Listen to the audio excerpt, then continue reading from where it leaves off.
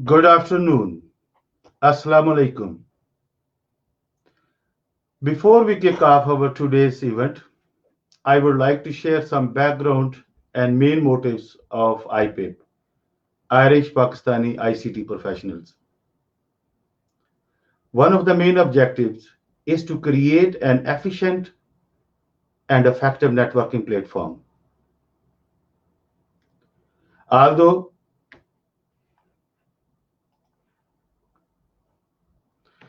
although the social aspect of networking is very important, through IPIP, a great professional networking opportunities are created. IPIP enables professionals who are already successful in IT sector and eager to provide guidance for anyone who wish to start their career in IT sector.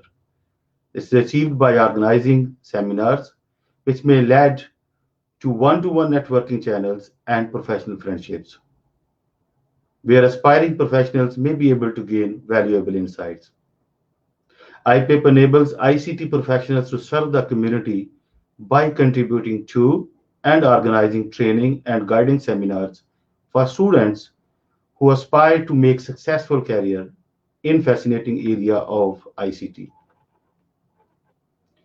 Through its website and blog, Facebook page, IPIP enables ICT professionals to share their knowledge, keep providing information about emerging trends, upskilling opportunities, and job openings. Over time, this content will become a valuable knowledge base for all. Companies set up by Irish Pakistani ICT professionals will hugely benefit from this knowledge base and will be able to use this platform to search for talent, freelancer developers, and outsourcing opportunities. IPIP enables like minded ICT professionals to share and discuss their innovative ideas, identify individuals who share similar passion, and form groups that led to a startup ideas and setting up new companies. IPIP will be engaging with incubation centers, startup hubs, and supporting organizations to enable IPIP members benefit from those links. This will enable networking and business and educational institutions, both in public and private sectors, with their social and political influencers. Among all above, IPIP will enable Irish Pakistani ICT professionals to build bridges between Pakistan and Ireland by effectively engaging with organizations both in public and private sector that promote the development of IT sector, hosting initiatives that promotes professional, cultural, and intellectual exchanges, representing the vibrant and successful community of Irish Pakistani IT professionals, sharing their success stories and contributions to both Irish and Pakistani economic growth. Organizing social activities such as hosting events for families and kids, and hosting information events for the member community for a social perspective. Such initiatives and organizations eventually take up their course naturally and evolve organically. It is envisaged that IPIP members will lead several projects, form subgroups, and committees to make continuing progress in achieving these goals and objectives. IPIP is an open access platform for Irish Pakistani ICT professionals. If you are Irish Pakistani IT professional and wish to support this idea, please get in touch with us and do join in. Share your ideas with us. Help us to refine these ideas and join us to physically deliver these aims and objectives. Finally, IPIP is an open access platform for ICT professionals, envisaged by ICT professionals, organized by ICT professionals, and supported by ICT professionals. No, thank you very much. Now, I would like to introduce the panelists.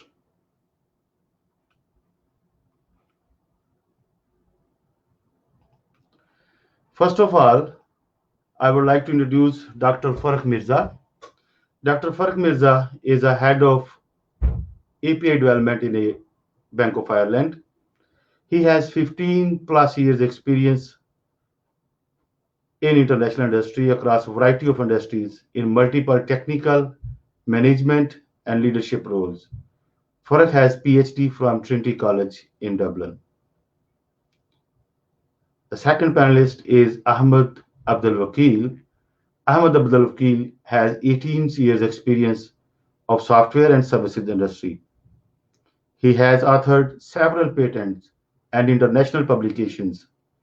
Ahmed has held several leadership positions with variety of software and consulting companies. Currently working as an engineering manager with Groupon. The third panelist is Ikram Niazi. Ikram Niazi has 15 plus years of IT industry experience in various sectors related to complete software web development, and he is very much expert in Java, PHP, .NET, JS, Angular. Ikram has worked in different positions in different organizations, from senior software engineer to tech lead, dev manager, project manager. Currently, Ikram is working with eShop World on e-commerce platform. Our fourth panelist is Zishan Khan. Zishan Khan has more than 20 years experience in software industry. Zishan has worked in startups, SMEs, large organizations, worked as a CTO, and currently working as head of engineering in a data analytics and predictive modeling company in Dublin. So please welcome to four of our highly skilled professionals. Now, I would like to kickstart. This one is a very comfortable discussion panel mode. So I would like to ask the first question to Ram Niazi. What is the most important attribute to succeed as a software engineer throughout your career? Yes, Bismillah ar-Rahman ar-Rahim. Assalamu alaikum all. So, first of all, in order for you to be successful as a software engineer, you need to have some attributes and you need to have some habits that you need to bring in your normal daily life to be successful. So, the most important one is I think is you need to be a team player. So you need to work in a team. You can't be just writing the whole code alone. So and you can't be just lone wolf, So and the lone wolf hardly succeed. So you'll be working with smart, experienced technical guys. So you need to contribute in a team and help each other. So it can be like peer reviews, and sometimes something is missing in your code that your fellow programmer can help you. And you need to be humble when you are in a project. So successful developers don't bring their egos at work. No matter how good you are, you can't be always right. So so stay humble and perfect and practice code in your free time as well before doing the project. So if you're taking one project, make sure that you have already experience of that and you know the ins and outs of that. And if you're working in a complex project, make sure you practice that in your So free time. I would like to just probe the same question, since all the panelists has done in previous years development as a software engineer, and you are actually managing software engineers. Would you like to add anything, Dr. Farah Mirza? Yeah, absolutely. So under this topic, like Ikram mentioned before, I think learning and practice is very important. and we are lucky these days that there are so many venues available to us. We can even practice on the cloud, like on AWS and Azure. At the same time, there are so many venues to practice, like HackerRank or Lead Code as well. So those two things I have seen, the distinguished engineers, they keep learning, they keep practicing, they have their open source accounts on GitHub, they keep contributing to open source. So I think those are very distinctive, factors in a successful engineer. Yeah, that's I think very important that in your free time you should have some projects in GitHub, and you continuously contribute to that. There's a saying that a Git pull a day keeps the doctor away, and whatever happens in Git stays in Git. So, so the best code. Actually, every day we are getting some sort of the code snippet from Git as well. So we are getting a lot of help from Git. And this is since we are using a word like open source. So we are sharing our code and we are getting a lot of help. In addition, you are getting an opportunity to innovate, to add something with the current API. And I think Git is an opportunity. You always enhance someone else's mind thought.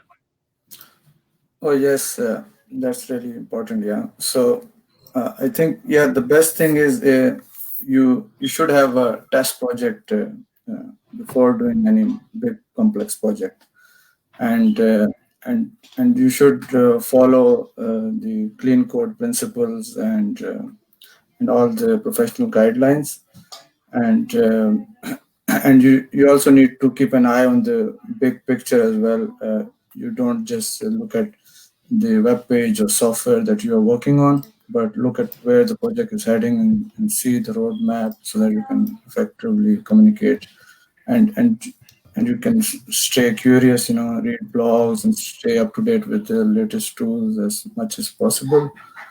And when you're taking the project, and it's really important to pay attention to the details, and you contribute in planning and estimation sessions, and you make sure that you create the stories in a nice way that everything is covered. In my company, we spend a lot of time in creating good stories. So we cover all the aspects of a story, a feature or a task, so that when we have to do implementation, we don't have any questions at all. So it's really important to talk to business analysts, POs, team lead, architect, and to have everything in one story. So I would like to just enhance this question with Ahmed Vakil. Ahmed, we have this title is Learn, Practice, and Innovate. So you are managing loads of developers. How you motivate them? You just you always give them some time from their actual deliverables, or how you motivate? How you keep track? The next year the tech stack is also is in our bucket, or my team also knows this one. Yeah, thanks so much, Nawaz. So the focus, like of your query is about the motivation for the team. Primarily, the main thing that we as the managers, look after is to delegate the ownership back to the team in terms of even choosing the tech stack, for the products, as well as to drive the delivery of the feature set. So once we so as far as we have the clear requirements from the product managers or the customers, then it is the individual team members, especially the senior team members, who drive the delivery of the features. And there is no one set of technologies that can be used in all of the projects. Based on the problem, the team members who have experience, they look into choosing a technology, and then there is a very constructive discussion going on in the team all the time. Somebody is doing a POC, somebody is working on a delivery of a production ready code, and everybody is helping each other to learn and to have a discussion and a decision that what is the next tech stack that we want to adopt, like after 6 months, after 3 months. Very good. Very good. Well done. So this means that this a topic what we just started, learn, practice, and innovate. I believe this is going to be very beneficial for the students. So I believe, even I have more than 18 years experience, I still think I am a student. I need to just dive into the next technology. So the students also must follow the small projects, just to create some sort of then GitHub, small projects, practice themselves, and just try to enhance another API, existing API. First understand and enhance it. Once you are inside the code, then you are able to answer all the questions what industry is expecting from you. Yes, I think they need to build up the habits, to be a successful software engineer. So whenever they look at, whenever they have project or creating any temporary project for their own self, they just need to understand the scope and the problem what they are trying to achieve before coding. So you won't be coding the whole thing alone. Maybe you are coding together with another software engineer. So you need to think in that point of view, and also not just you will be coding all the time. You need to be good at documentation, because you might be delivering documents to clients or your top management, but not just a lot of comments in your code, but you can have a separate document in your own files, just as a reference, that you did something this way, and you make sure that the code that you are writing is readable and maintainable, and you write the best practices, the unit tests, integration tests, TDDs, and make sure if you're making the website, then make sure it works on all the different browsers and devices. So these things you need to be good at, and also the important thing is the communication. You can't just write the code forever while sitting in a corner. You have to be good at communication. Let me, Ikram, just move on to this one. Is I think when you just use the very interesting word communication, Yeah. I really want to touch on another agenda is deliver business results. So this is when you build the full communication, your current status, and I really want to ask Ahmed Abdul Wakil, is what is expected of me if I'm a software engineer? Uh, what is expected from the business point of view from me? All right, thanks so much, Nawaz. Look, there are loads of factors that we are going to discuss.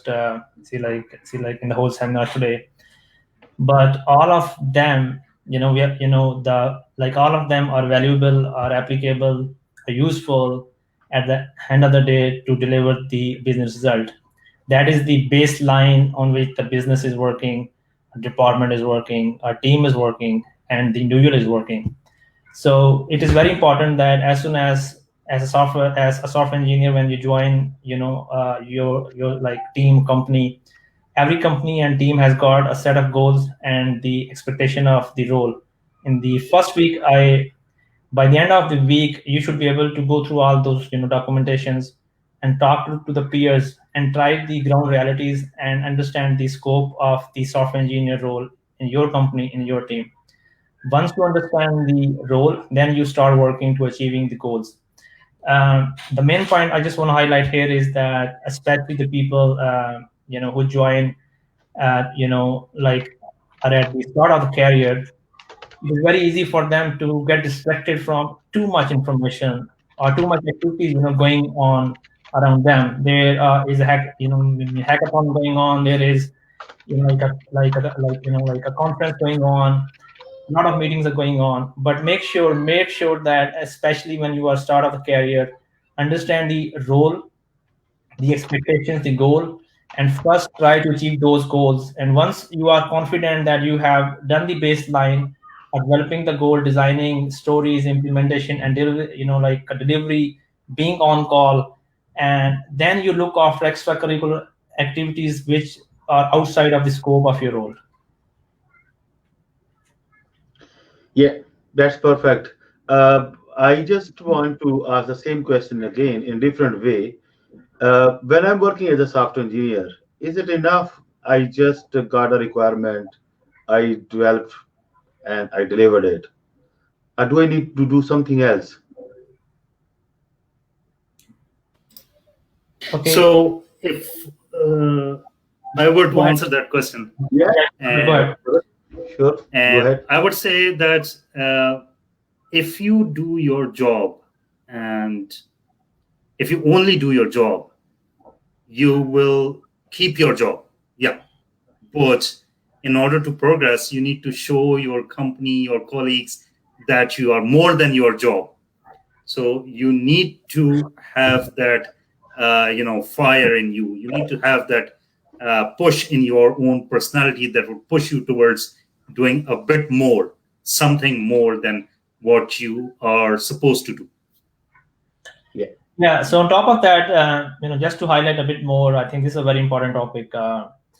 Once you land a job, then you are so you have got three so then you've got like around 3 months or 6 months where you're given the opportunity to settle down and prove that you have done a best job. But from your personal point of view, after 3 months, start looking to understand not only your own role but a role above you. Like, for example, if you have started at a band 1 engineer at the start, after 3 to 6 months, look, what is the expectation of traits that you need to exhibit for next level, band 2 engineer. And don't wait for the promotion to happen. So once you have the confidence and the satisfaction level that you're already performing at band 1, yourself make a goal and start trying to do the goals of the next level. For example, if you're a junior engineer, now you're working on a design implementation of small tasks. Now you are looking for a senior engineer, like after a year time. No harm to go and look, talk to the senior members or managers. Hey, I want to design this component. Give me the opportunity, and try to design those big components like as soon as possible. You may make some mistakes, but you're already trying to work at the next level. And another way to see, from a management point of view, is this, like as a manager, or at a, or as a committee who is making a decision to to do a promotion. It is very important for us to have a confidence and a trust that if we promote this guy from band 1 to band 2, we are setting him for a success, not of not for a failure. Because it is only possible if you're already showing those traits of next level. Because if you are promoted and somehow you are not able to perform at the next level, it's not only your failure, it's the failure of the manager as well as the committee who has taken a decision. So think in this way, and that will help you to make the decision to look outside of the scope of the job. Yeah, the other thing is, I just want to add on this one is, uh, I think I follow a rule of 10 minutes rule. So you need to spend 10 minutes more than your colleague. You need to go 10 steps ahead than your colleague. Either you are getting a new requirement and you just need to be more curious. What is this one? And just search a technology, search a solution. And as you have something more than your colleagues, no, you're building a confidence, you're building a good communication, and then you're setting up a route for your next level. If you're not spending those 10 minutes, so this means that on each meeting you are only the listener, you are not contributing anything. So I believe as long as you are curious about any new requirement, any new role, even within the team, you have some social and there is some sort of the quiz is happening. And if you are not participating on that quiz, this means that you don't show the skills of communication or integrations. You are good developer, but you are not thinking something else. So I believe is just spend 10 minutes more than your colleague, then you will see a next level is waiting for you. I will move on to the next level, and I would like to ask Dr. Farooq Mirza a question. How much broad spectrum of technology should I learn? That's a very good question, and I think it kind of relates to our earlier conversation from the previous section. Again, I would say that one technology is not enough. You need to learn the multiple trades in the game today. It's not very, even if you look from your boss's perspective, if somebody is doing one thing, it's not very cost effective, right?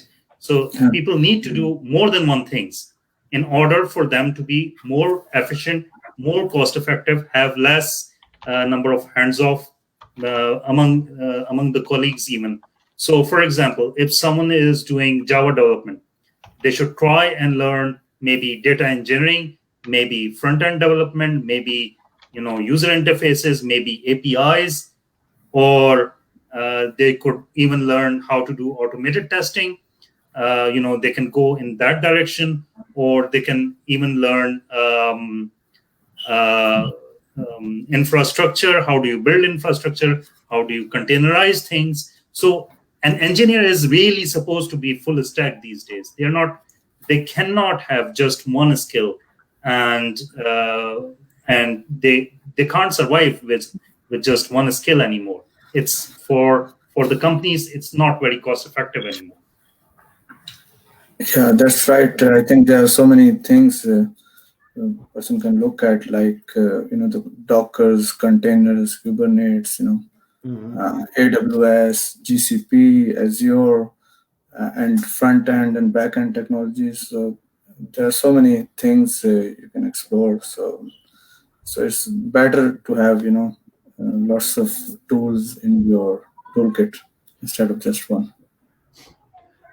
Okay, I will keep moving, and one of the panelists, Zishan Khan, he has numbers of years experience, and he's managing different type of resources. Zishan Khan,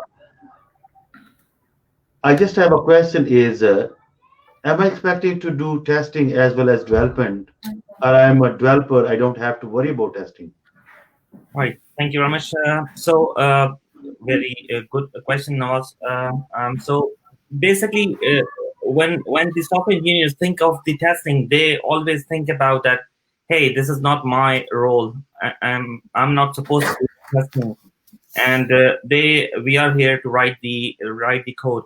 But in reality, if you want to progress in your career, if you want to excel in your career, you have to well, in fact, it is a part and parcel of your role to do some level of testing. For example, the test-driven development is the norm for quite a number of years now. If you're writing a code, you need to write your unit test cases. So basically, each and every component, each and every block of your code needs to be tested before it can move on to the next level. You need to, once your feature is ready, once your component is ready, and you want to integrate it, then you need to do the integration testing at a very basic level. Once your feature is ready, then you are expected to do, as a software engineer, to do a basic smoke test. And why this is important? Because if you are writing a code, think about it, that it is very more, it is very expensive to find the code when it is at the production, because then you have to do the root cause analysis, you have to update your customers, you have to update your internal stakeholders, you have to explain it to your managers, you have to explain. So there's a whole hierarchy of people and that's the basic time. That's the loss of confidence, and that's the basically loss of confidence even from the customer. That this project is very buggy. So if you are doing the testing at the very micro level, for example, you have written a component, you have written a unit test case. So you are constantly practicing the test-driven development framework. You are doing your basic smoke test. Then after that, once you send your code to the next level, to the next level, then what would happen is that the QA who will receive the code will have more confidence on you as an engineer, because once QA starts receiving the buggy code from a particular software engineer, then they would feel that, hey, every time I receive the code from this engineer, it's always buggy, and then that can create the friction between the teams. So I strongly believe that it is really important for the developers to do the testing as well as the development. Yeah, just to quickly add that I think for testing is all about quality. So we all need to make sure, like, the software engineers, QAs, BAs, POs, and top management, that quality should be there. So quality should be across the board. So if you have good stories written, quality stories written, we'll have quality code and quality QAs. Yeah, just that. I just One more, sorry, Nawaz, just one more thing I would like to add here. We previously were talking about delivering the results, and it is, I think, very important to understand that the result is not delivered if it is not if it is not at par in terms of quality. If it doesn't work, it doesn't work. The result is not delivered. The software is only delivered when it functions properly, all the way to life. And I just like I want to add it here, Farooq, is the most important thing is, of course, we need to look into the quality aspect, yes, but based on the timelines and the urgency of the customers and the management and the leadership, I think the most important thing is when you are making a plan, or you are at a user story level, there must be a definition of done for that story. And of course there is a horizontal layer of quality there, but sometime like you may want to make an exception, but this needs to be called out, and based on the constraints of the time, or like anything, make sure that the time and the quality has a right balance. And sometimes as an engineer, to be honest, you're expected to push back. If your leadership is asking you, hey, you need to deliver it by next week, you're expected to push back and to call out, hey, if if we have to deliver this feature by that X amount of time, we may lose some kind of quality. But all of this needs to be called out, had to be agreed between the stakeholders. One more important aspect is that we in an organization there needs to be the process. For example, once engineer commits the code, then a process of doing the code review, and whether it is going to be, if it is a larger organization, if it is going to be 2 people who will be reviewing your code. And then again, from the QA perspective, the process of maintaining the quality, the test strategies, the test cases needs to be written in conjunction with the development and all of that. So once there is a process within an organization, then everybody will flow with that process, and the quality will be there. Zishan, my original question was, I'm a software engineer. Should I think as a tester? So I just revised this question, and I will ask differently, Dr. Farooq Mirza. I'm a software engineer. No, there are loads happening in cloud world. So it used to be a back-end developer. It used to be a front-end developer. It used to be a specific a network. We are getting DevOps. And as we are getting towards AWS or any new cloud technologies, it looks like is a developer is expected to know and actually deliver everything, including the testing as well. So I would like to ask Dr. Farooq Mirza, what are your thoughts? And do we have, as a developer, we have to dive into all those areas, or you just stay away and just work on as a programmer? So that's a Nawaz. Thank you very much for this opportunity. This is a very interesting question because what it highlights is a kind of a, you know, sometimes developers and engineers feel this frustration that I'm expected to do so much. Like, how is it even possible that I'm expected to do all of this thing? And there's just so much knowledge in the world today that one person cannot physically, cannot humanly understand and be expert in every single details, every single technology. So there is a concept called T-shaped people that we use in the industry. What that means is the vertical part of the T is one speciality. So the person is expert in one part, but there's, the horizontal bar on the T letter. That's the width of knowledge people are expected to have. What that means is they are expert in one, but they are jack of a number of trades. And so, yes, testing is absolutely important, but we also realize that not everyone is good at breaking stuff. Some people are good at building stuff, some people are good at breaking stuff. But at the same time, the people who are building stuff, they need to know what is the weakness of the thing that they are building. So they need to have at least some level of automation done. And the way you do it using test-driven development and other technologies is by automating your tests. Zishan previously mentioned about code reviews. Yeah, they are absolutely important. But what also needs to happen is out of those code reviews, that knowledge needs to be automated, that the same mistake does not happen again. So we use tools like SonarQube, where we embed and codify that knowledge. So those are all the efficiencies that we look at, and people slowly and gradually, they need to understand, and they need to start using all of these different technologies. Yeah.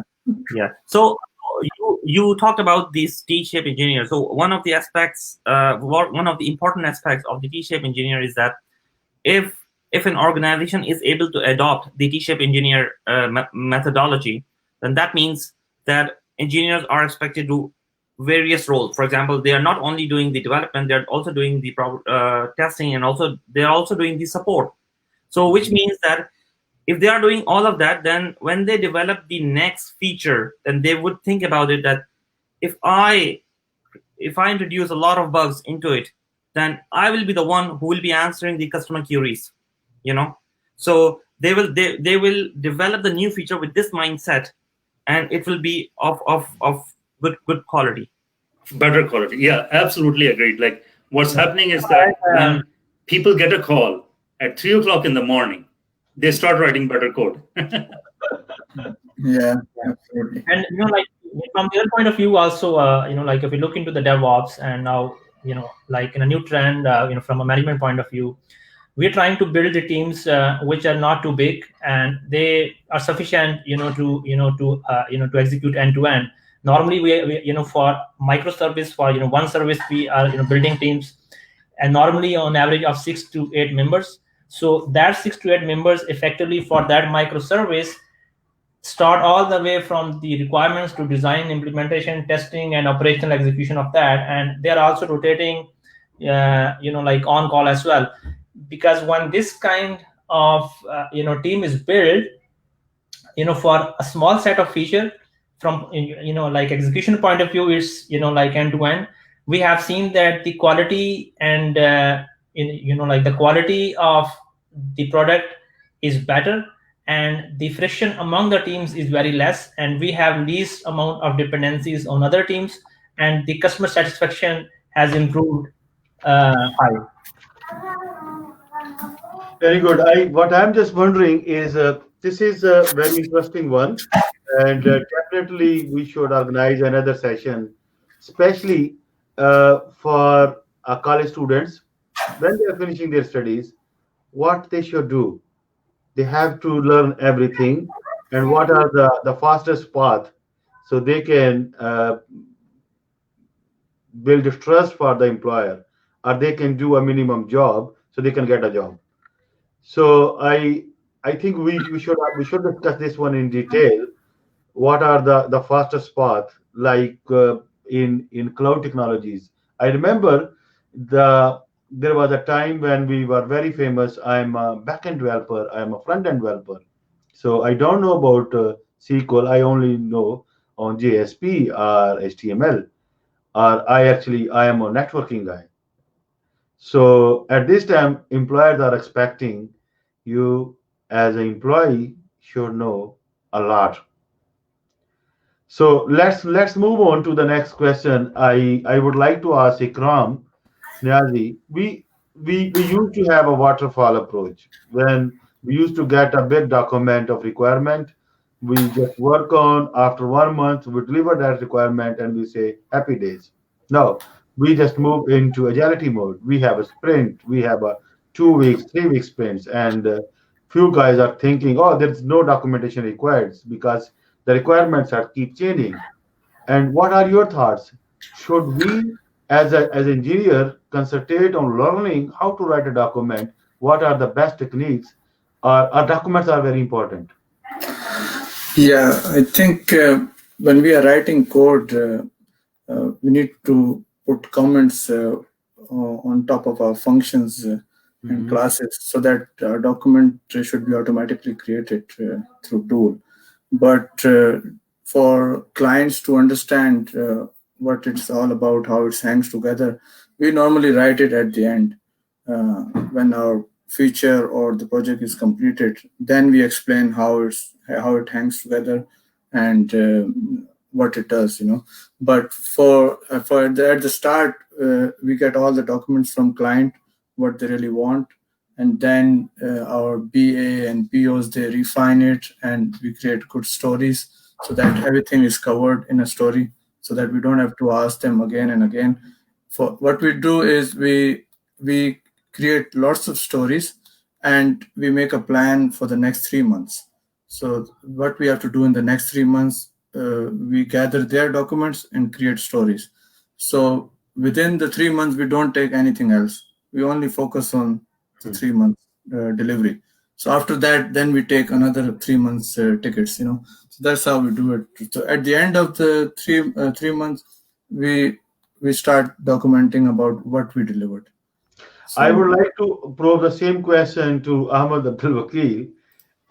You are managing a loads of projects, and are you really providing a lots of documents to developers? Are you are expecting they whatever written in a user story, that's enough? No, there are different ways, to help the stakeholders. There are some documentation at a very high level, which is done by either the manager or the product manager. But when we go to the component designs, and we have to work on the look into the run books.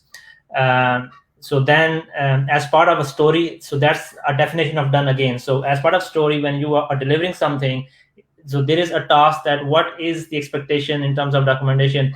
Mostly it is to update like a document, or based on the team, they prefer to update a wiki page.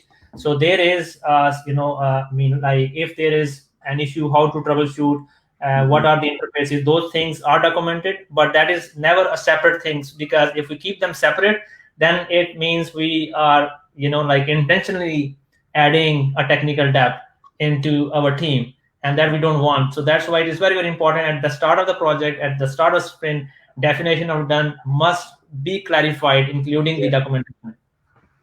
Very good. And I would just like to add, it also depends on the nature of documentation, like what we are doing. So we need to decide what kind of documentation is useful and what kind of documentation is a overhead. For example, I'll give you an example. If we are building APIs, it is absolutely imperative to write down the contract. What is that API doing? But if you are building a user interface, my personal opinion is that your user interface should be so easy to use that you should not require a user manual for it. So there are different things. Some things you must do, some things you automate, some things you should not do. So I will have a one message for the junior developers or anyone who is doing the programming.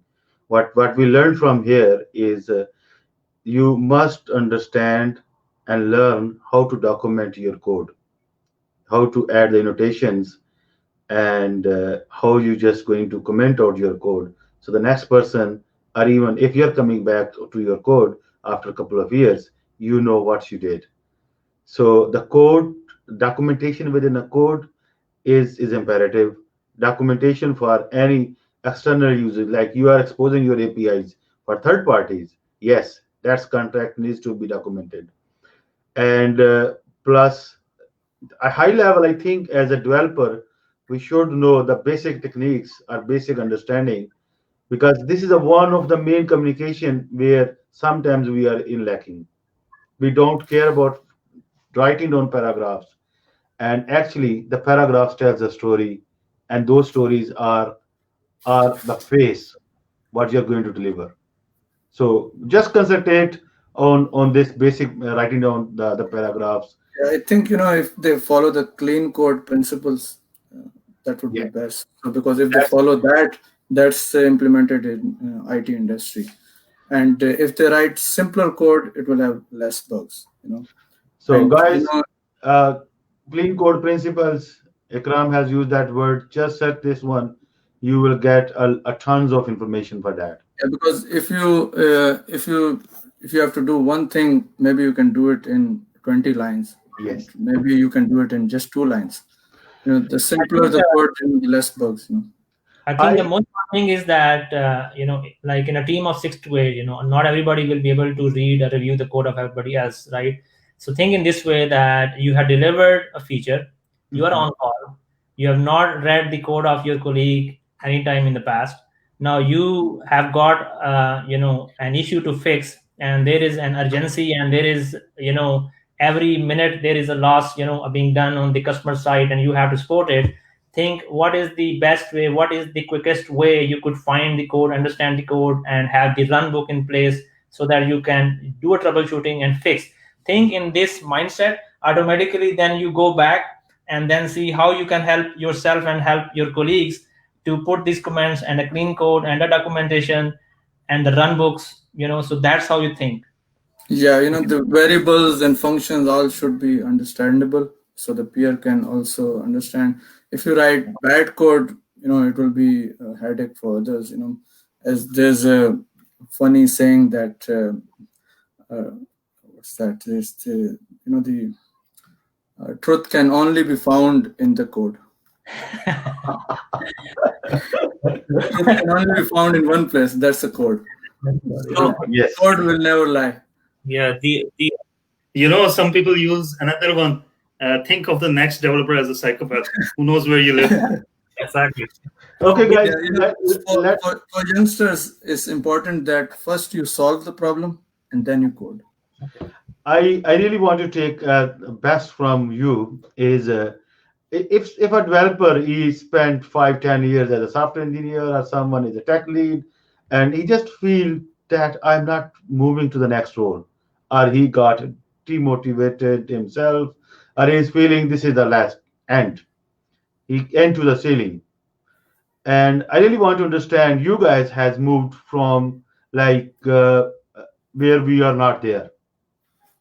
So Dr. Farag Mirza, if someone is a developer, senior software engineer, or a tech lead, and he spent 4 years in the same role, and what you will motivate him so he can think to move to the next role? Thank you, Namaz. That's again a very good question. Basically, personally, if I haven't moved a role in more than 2 years, I would think that I have reached glass ceiling there, and this is a tough spot to be in. And the first time somebody needs to, the first thing someone needs to realize, if they are thinking that they have reached a glass ceiling, there's no more movement, there's no more progress, they need to realize there is something missing. Something needs to change. So Einstein's definition of insanity is doing the same thing over and over again and expecting different results. If you want different results, you need to change something. So the first thing that I have done a couple of times before, and I would also advise people to do, is to set a target. What is your next step? Then try to understand what is it that is expected in that next step. The third thing you will do is try to find what is it that you are offering and what is the difference between the next step and what you are offering. And then the fourth step, once you've realized what is the difference, what is missing, then you go and learn those tactics. You practice them. You talk to your friends, to your peers. And then once you are there, then you are ready to take that next step. And one of the important things somebody told me, or somewhere I read, was that once you have achieved a goal, from 2-3 months onwards, start setting your next goal and start preparing for your next goal. If it will take at least 1 year, maybe 2 years to actually break that glass ceiling. If you're lucky, you can do in short. If you're much smarter than I am, you'll do in a much shorter period. But generally, it will take 1 or 2 years at least to shift from your current mindset. And you need to focus. The focus is absolutely critical, very important. You need to focus on your target. What is your goal? What is your next step? And the word I'm here using is next step. It's not your end goal. The end goal is you'll grow up, hopefully, to be 80 or whatever and retire in a nice villa somewhere. That's the goal, that's the dream. But there are steps to reach there. So always aim high. It's better to aim high and not make it than to aim low and make it. Anyone wants to add on this one? I really want this. This is a motivational type, and especially everyone sees somewhere is a blocker. So first thing I'm expecting, if anyone in IPIP group or a community, if they are blocked or if they are thinking, yes, we need to discuss with someone. Hey guys, this forum is open for you. Come on, discuss, chat with us. And we have a very successful professionals here. You might get motivated. And I think every disease have a solution. And for ICT, we will try our best. I really want, I think, Ahmed, you want to say something? Yeah. This is a very important topic, and from a management point of view, I really see it's my passion and it's my interest to help grow people in my team, around myself, right? One of the aspect which I believe most of the beginners have a trend that they don't understand that they own their career. They just so not everybody, but most of the people who start their career, they think that there will be somebody sitting somewhere in the team or company, maybe a senior member, architect, or a manager, who will help them to drive their career. That is not the right mindset. You own your career, you drive your career, you make the goals of your life and divide them into short-term and long-term goals.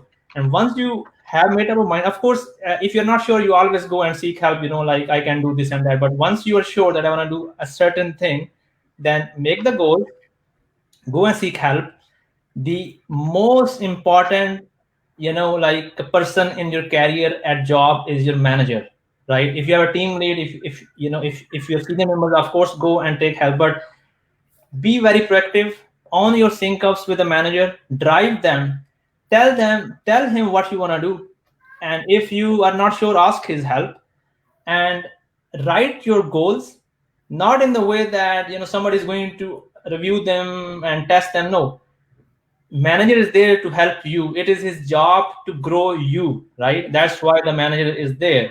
So use him, take his help, and it's only possible once you are doing an excellent job of your role already. You already know your next step. You already have done some work. You are showing a passion, and you go to the manager, say, hey, this is my goal. This I already have done. This is where I need help. Then the manager will go and try to seek that help for you. It could be an opportunity. It could be a resource. It could be networking. To give you a task. But that's how it works. Very good. I have a very interesting question for our CTO. He might have observed. What are the common mistakes? Zishan Khan, this is a question for you. What are the common mistakes any person can do as a developer or anyone that his career gone into stagnant?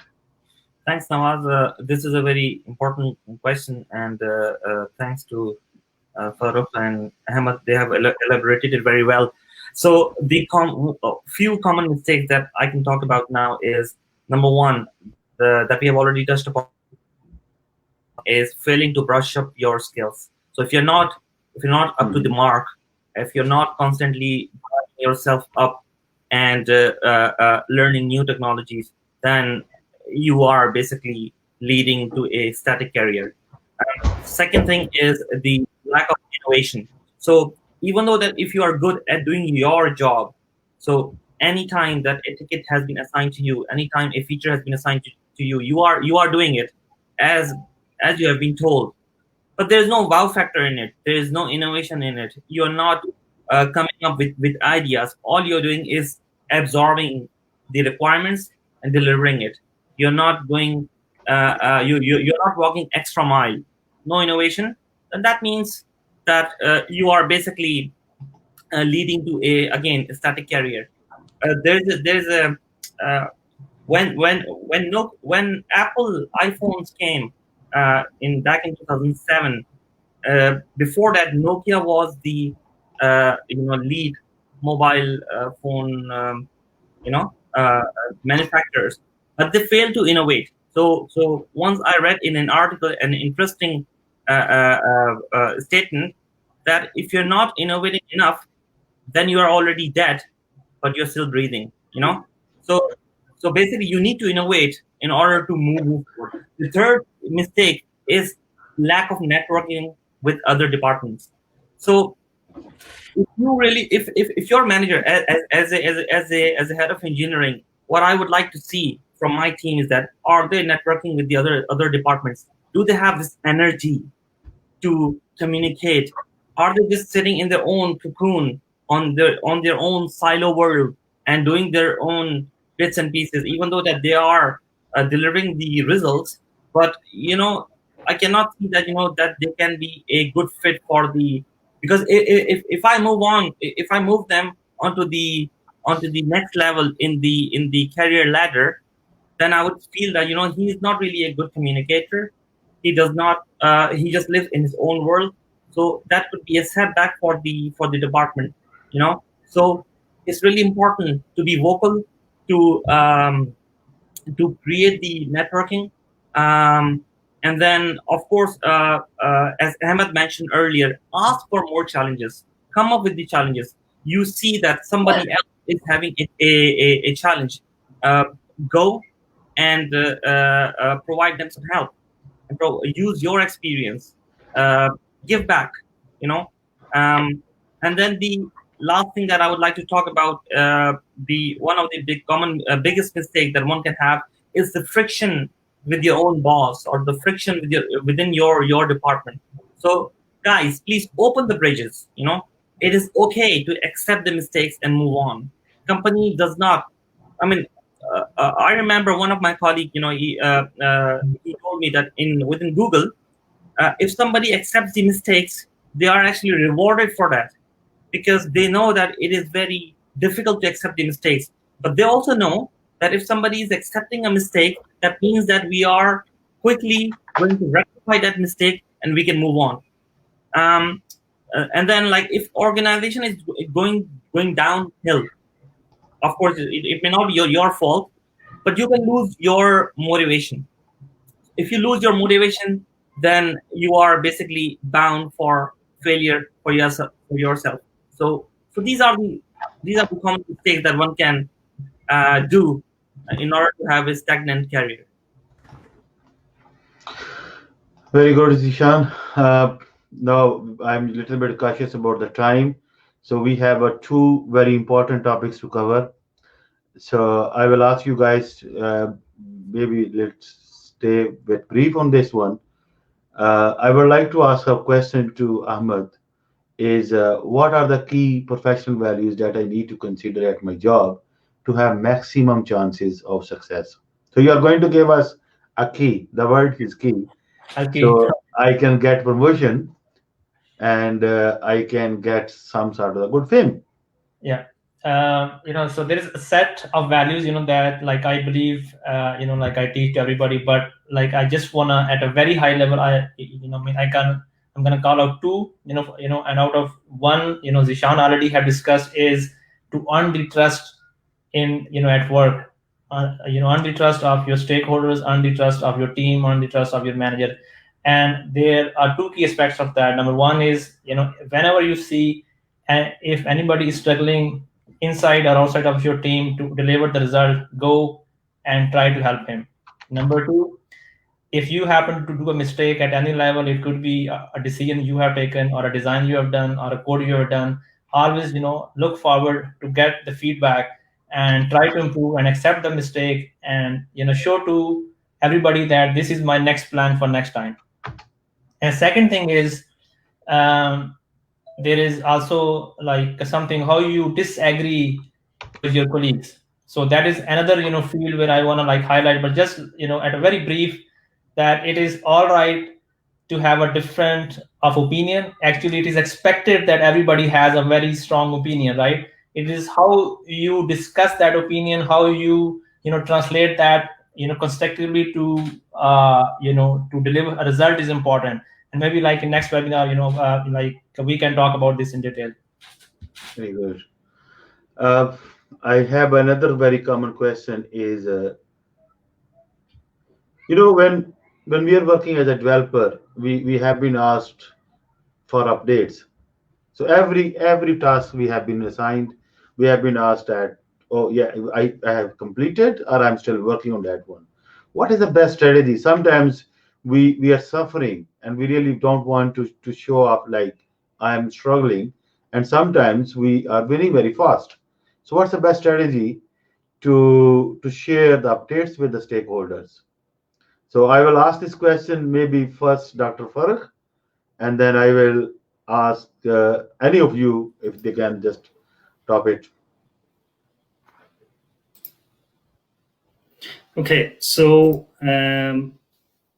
I would say many times what happens in my teams, what I've seen is that the updates being provided, they are not the true, true representation of reality.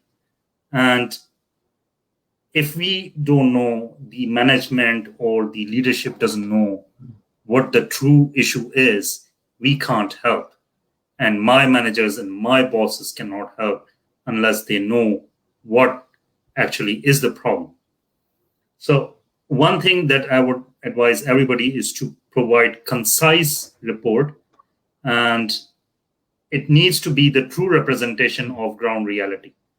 By hiding something or by not asking for help, nobody is doing any favors to anyone. So if we are in trouble, ask for help, because people are there to help you. And if the organization does not have that sort of trust, try to build that trust, but it only happens in dysfunctional organizations. Otherwise, like in a functional organization, people would be trusting of each other. They would be open. They would be, they would try to help each other out. I just want to add on this. It's a very important topic, and it will need a lot of time. But because the focus of today's seminar is people who are at the start of the career, who have about 6 months or a year or 2 years of experience, right? Mostly, one of the one of the challenge that I see in the beginner is they are very optimistic in the estimation. So the way we start at the at the very start. If you ask the estimate for a senior guy, he may give 10 days, but if you ask a beginner, he will be so much optimistic that he want to do everything like in 3 days. So whenever you are estimating any task which is more than 2 days, please get a review from your senior guys or a manager and take their help to break down things, or like if you're missing something. That is the first communication channel you open with the team. Then you have got stand up, you have got like a sprint demos. There are many avenues. As soon as you realize at the middle of your like a project that this will take more time, okay, so immediately the next hour or the next day, like compile that and discuss with your team lead or the manager, right? And tell, so don't hide anything. Don't work over late all the time. Actually, even if you have worked like over late, be very visible to the team members and to the managers, so that they can help you. That's how like it works at like especially at the start. Very good. I just want to just add something on this.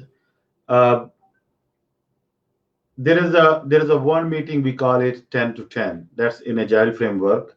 Every day, all the team members are going to stand up. And if you are 5 members, so everyone is going to take maximum 2 minutes. So the whole goal, what we are talking there is what I had done since yesterday 10 today, what I'm going to do until tomorrow. If there is any blocker and I'm on track, I need a help.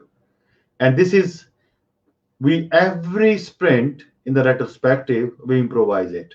We discuss, we talk, and we say that how much we are true in our estimations. So if I'm saying I will deliver something tomorrow, so I might be 80% sure, or I might be only just saying I will be delivering. So as you are going to day by day, you are going to optimize your estimation. You are going to be the true representer.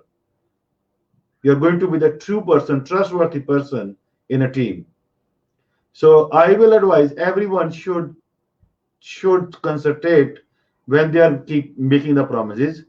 Obviously, before promises, you're going to spend some time to analyze those things. Yes, I will be able to deliver. I will not be able to deliver. We are coming from a different background. But here, we don't say something which we don't know. That's what we are always doing. We don't commit something which we are not sure. So let's optimize our surety, our estimations. And I think is once your team is happy, your manager is happy, then your career is going to be go to the in a ladder which is just like a 45-degree centigrade. I don't say 90-degree, but you will be going in a very good graph. So you will progress. Thank you very much, guys. I have two more sections on this one which is very on this one is this is a question actually for Ahmed. How much can I rely on seniors, team lead engineers on my career? Do I have to rely on those guys? Or do I have to struggle myself? Yeah, I just have explained this a bit earlier, that you own your own career, and so the main theme is like people like around you. You have to use them and you have to seek their help. But at the end of the day, it's your career. You drive it, and you have to work like on top of it. And once you know what you want to do, make into goals, long-term goals, short-term goals. Then seek help of your senior members, that how can you achieve those short-term goals. Have a one-to-one sync up with your manager. Take it very seriously. Don't keep it very informal. Make it very seriously. Take notes, and then take the guidance of your manager and tell him the progress you already have made. Where are the gaps? Take his feedback, right? Actually, the most important thing is that we are missing, especially at the start of the career, is we are always looking for a good feedback. Hey, I'm looking for good feedback. No. Good, giving a good feedback is the most easy thing in the world. What you like I suggest is, at any point of time, like in your career, when you sit with your senior or a manager, ask, please tell me where is my gap, because your manager or your team lead has got a holistic view about your feedback. He's getting feedback from your peers, from external stakeholders, internal stakeholders. He has got a view himself. He's like he has got the absolute knowledge about yourself, right? So try to get that knowledge, find that gap, and then make a goal, and then take the help of your managers and seniors to fill that goal, and then you can progress in your career. Very good. I would like to ask one question to Zishan. At this time, is everyone is thinking about certifications? Oh, I did my master degree, I did my BSc, I have to get the certification. Which certification I should get? Or I should start working, and my 5 years experience is equivalent to four certifications, or my certifications are going to cover the gap of experience. So, what are your thoughts, Zishan Khan? Okay, so yes, certification is a buzzword, especially among the youth who are just recently coming out from the colleges, and that's okay to do the certification. But if somebody is experienced, so first of all, we need to that certifications is important to gain confidence and to have a stamp on your skills. So that's number one. Second thing is that why you're doing this certification. So if you are, so for example, some organizations require as a prerequisite to have certifications. For example, what I've seen from my past experience is that if you are applying for a mostly government level tenders or government level projects, and if you are into that company who are going to get a lot of government level projects, then mostly they are those organizations are hierarchical in nature, and they do require a lot of certifications, right? So then you need to do the certification. But equally speaking, most other organizations take experience as an alternative as well. For example, if you already have a lot of experience in your field and dealt with projects, for example, you have done a big cloud transformation project from on-premise solution to a cloud solution, then if you are going into an interview process, then you'll be able to use the and explain the challenges. You can provide the examples. You can provide the technology comparisons. You can provide all the technical answers very easily, and then the company will have confidence on you. But if you are new to the field and have less experience, then it is strongly advisable to go for the certification. I would like to just add one thing on that. We should not. I think what I have seen is that certifications are important, but if somebody doesn't have experience, only certification cannot cover that gap. However, the other way around, it kind of can work. Like if you have experience, you can cover the gap of certification, but a certification alone is a very theoretical knowledge. You cannot cover the gap of experience, and we have seen people fail who had cloud certifications, but they did not really have practical experience of doing things, and I have seen those people fail. So my 2 cents would be that uh, please do certification, acquire the knowledge, but practice and having experience. There is no back channel of getting experience. I just want to say that like in industry, it is a famous rule that like you always learn. So like your learning is coming from 70% is coming from your experience, and the rest is coming from your like learning, like online, like or certifications and things like that. And if you are at the very start of your career, for example, if you are at a student level, even then what we're saying is that when you're doing a real world project, that is an experience. So you're learning, 70% of your learning is coming from that your real world problem, and the rest you can learn from like online learning or certifications. Yeah, I have another question from one of the guy in Facebook, and he's saying, "Can you guys please share the full?" Sorry, Assalamu alaikum. Any thoughts on Springboard's cybersecurity compliance diploma? You guys have any idea about this one? So Springboard is, I think, they are offering cybersecurity compliance diploma. So I suppose the question is, cybersecurity compliance diploma is something is attractive in the industry?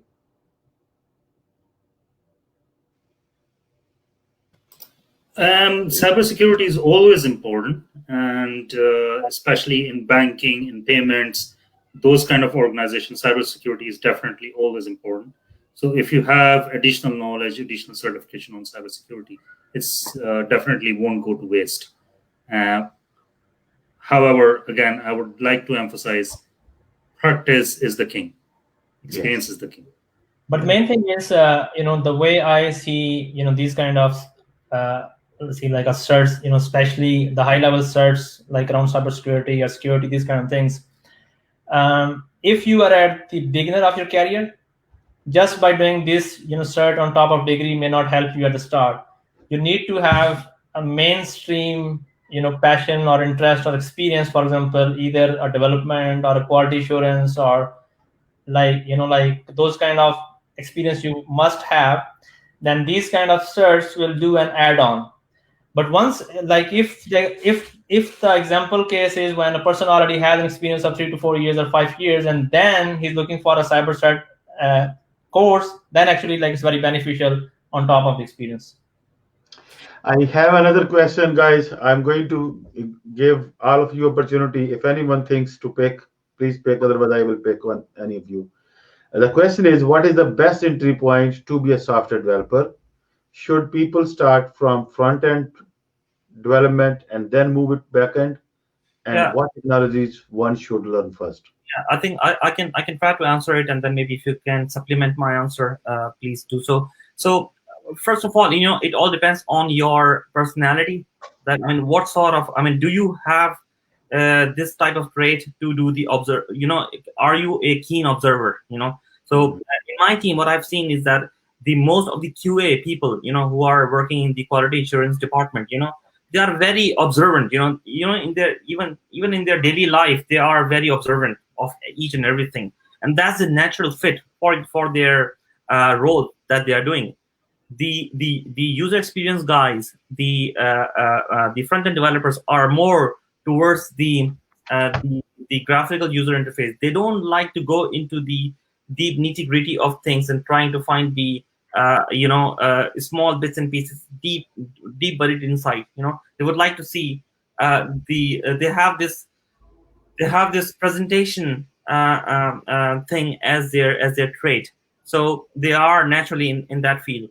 And then the backend developers are mostly, they are the nerds, who just would like to go into the server logs and trying to find the root cause and doing the root cause analysis, finding that thing. So one thing is this matching your personality and your qualities and traits. Second thing is that if you couple this with the technology that you're learning, right? So if you have the personality of keen observation, and then if you couple it with the quality assurance, then that would be that could basically have the most beneficial to you. Maybe somebody else can So I would advise, guys, if anyone is interested to change the paths from testing to development, or development to testing, or business analyst, or system analyst, look, we have a bigger community here. There's in IPIP group, even outside IPIP group, there's loads of guys are working in different fields. Please get in touch, and definitely, at least you will, before deciding, you will get in-depth understanding what this field is expecting from you. So you will get a commercial and professional advice. So please get in touch. Nawaz, on this particular question is, to be honest, there is no point to say that if I should start as a front end or a back end, right? It's your interest. Industry has got both jobs, right? Yes. And but my only point is, don't be don't be a person who has touched like hundreds of technologies at the same time. The way like Dr. Farooq has explained, that if you have a bit of interest on the back end, then do a back end, do like learning and projects, and then just get a bit of exposure on the front end. But if you want to go to front end, then do deep level learning on front end and get bit of exposure. then you have different fields, like these are not the only fields, so you have got big data, you have got, machine learning, all those things, but just focus on one thing, get expertise on one thing, right? Don't, try everything in the world. Yeah, I would just like to add a little bit. Yeah, this is very personality focused question. It depends on what you like to do. If you like to solve problems, have perfect engineered solution, maybe backend is your gig. If you are more of a aesthetics person, you like beautiful things, you can identify which patterns are better, which patterns are bad. Maybe you are a UX person, user experience. If you like to see output right away on your screen that something's happening, maybe you can build UIs. If you like to get into data and try to understand what does it all the chaos really means, maybe you are a data engineer. It really depends on your career, and it's on your interest. And it's actually easier to try different things out at the beginning of your career than at the middle or at the end of the career. So if you want to try things out, by all means try them out, but do it earlier on rather than spending 10-15 years and then try to switch. Yeah, that's important. Just one thing that for youngsters who are watching, if like in your university you will learn something front end and something back end, but if you go directly into back end straight away in your first job, maybe you will have a shock, like, oh, it's so complex and it's hard to manage. But for youngsters, I think if you know a little bit of front end and back end, start with front end, because front end is a bit easier and you will see the results straight away, on the screen, UI stuff, and then slowly and gradually you start coding backend as well, and get some experience. And because the way the front end is built, there is some backend, so you get to know how the backend is working. Start doing some work in backend as well, and then and you get some experience in backend. So I think for youngsters it's important that. Main thing is the personality traits, and also the easier path is you go front end, then you go back end, and then start exploring other things. I just want to share. There's a one interesting post from one of the guy is Anwar Malk, and what he is saying is need based on certification by Google, data analytics, project management, and user experience. So I would urge everyone just go into this one and get some help. I think they are offering some 3 to 6 months free certifications, online scholarships. That might be very helpful. Thank you, Anwar, on this one. I will move into the next question. Is can certificates from platforms such as Udemy, Coursera, etc., have good value with employers when hiring? So who So, wanna pick this question? so in that one, so first of all, Udemy, Coursera, or Plural Site, all of these are mostly the content provider platform, which are there to supplement your knowledge. But their certification is of no value, especially to the larger organization or even to the smaller organization. So if you need to spend your energies, then spend your energies onto the certification provider that are widely accepted. For example, if you want to do the cloud certification, then go for AWS, go for Microsoft Azure or Google. Don't spend your energies on some sort of certification that has no value. So you are advising any certification from the bigger organizations, just sit for that, not only The ones certified by that are Udemy. widely accepted. So this certification platform like Udemy is a site that provides the online courses, right? So if you get the certification, their certification is not of that value, because they don't have that type of questions and the practical questions that they ask. It's more that, for example, if you are doing a cloud certification from AWS, then there is a whole career path within the AWS Cloud certification, for instance, to become a solution architect. So, so if you go for that, you will have more chances to have success in your career. Just few cents on that. So doing these like search that Zishan has said is, like always, like consider them as an add-on. These are not the core aspects that the hiring manager or the hiring people are looking for. This will help, for the selection, but these are not the core part, right? And when you are doing these kind of certification, your focus should not be just to get a cert. The focus should be to learn that technology and how you gonna apply that practically into a project. Unless you combine these two things like together, if you have maybe open source or your own project, anything where you are really are doing end-to-end thing, and then you are doing learning like online, like to do the search, then it will supplement. Just by doing a search will never give you a job.